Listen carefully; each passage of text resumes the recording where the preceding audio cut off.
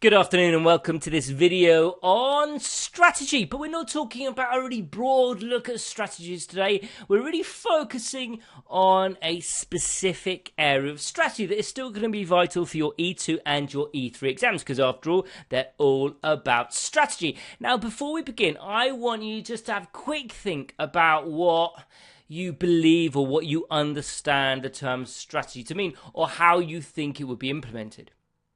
Because for me, I think of a person or a team of people or even a department at a large organization who's sitting down, brainstorming, and then trying to work out a broad vision of how the organization is going to get from where it is to where it wants to be. Now, with that comes a lot of time used by the department or the team or the people in coming up with this plan and then implementing it. And of course, with that time commitment comes a lot of costs because it's expensive to pay for people's time.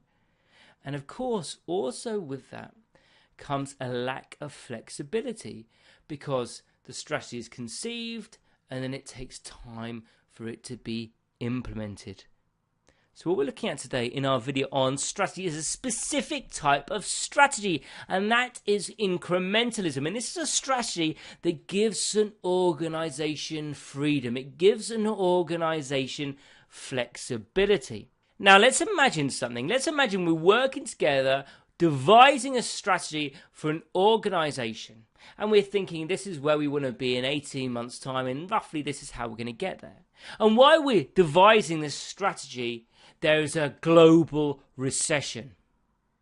So what does that mean for our strategies? Well, it probably means it's pretty redundant. By the time we've got it implemented, the world has changed so much that actually we'd have to tear it up and start again. And so incrementalism is perfect for fast changing environments. And in fact, it was adopted by a lot of organizations in the late 2000s because, of course, of the economic downturn. And it made it hard to make long-term predictions. Organizations didn't know what was going to happen. So how could you create a strategy to solve that problem? So you couldn't. And this is why incrementalism was adopted a lot. But of course, we're not just talking about recession. We could be talking about general fast-changing environments such as the technology industry.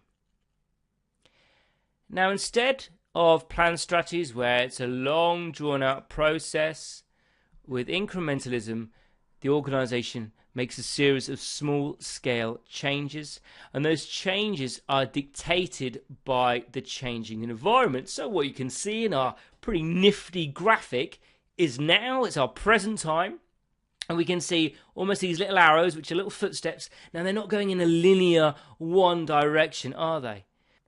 And so these red arrows reflect all the changes that are going to be made in an incrementalist strategy, all these slight adjustments that's going to be dictated by the external environment. So there we go. That's basically what incrementalism is. And we know we use it in fast-changing environments, but we also see it in the public sector. Well, hang on a minute.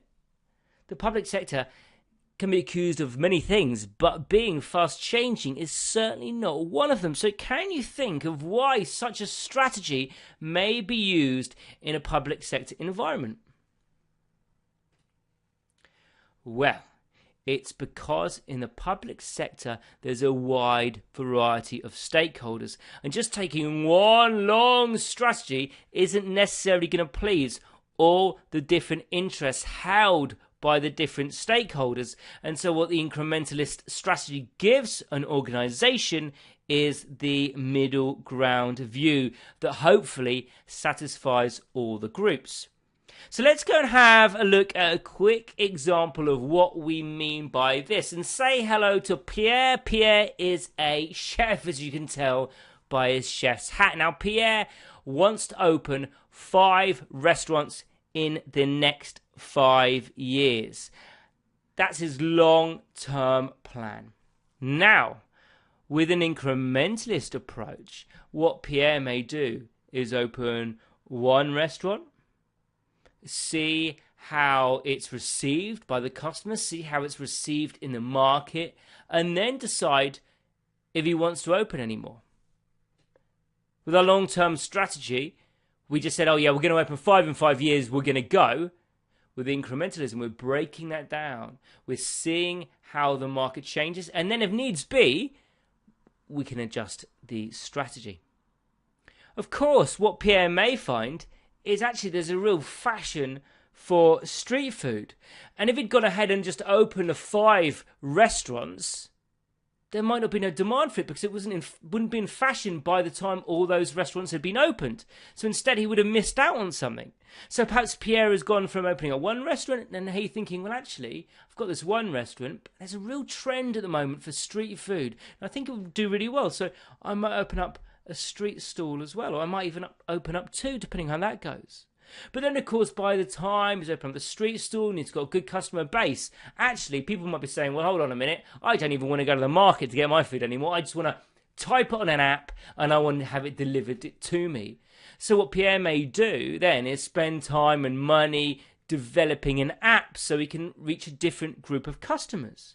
So what we can see is that a long-term strategy of 5 shops in 5 years wouldn't have afforded Pierre any flexibility, wouldn't have afforded Pierre the opportunities that have come up by doing things in the short term, adjusting to the needs and the demands of the market. So there we go, that's our video on strategy incrementalism. It's a short video. It's a short topic in E2 and E3, but that doesn't mean you don't have to be aware of it.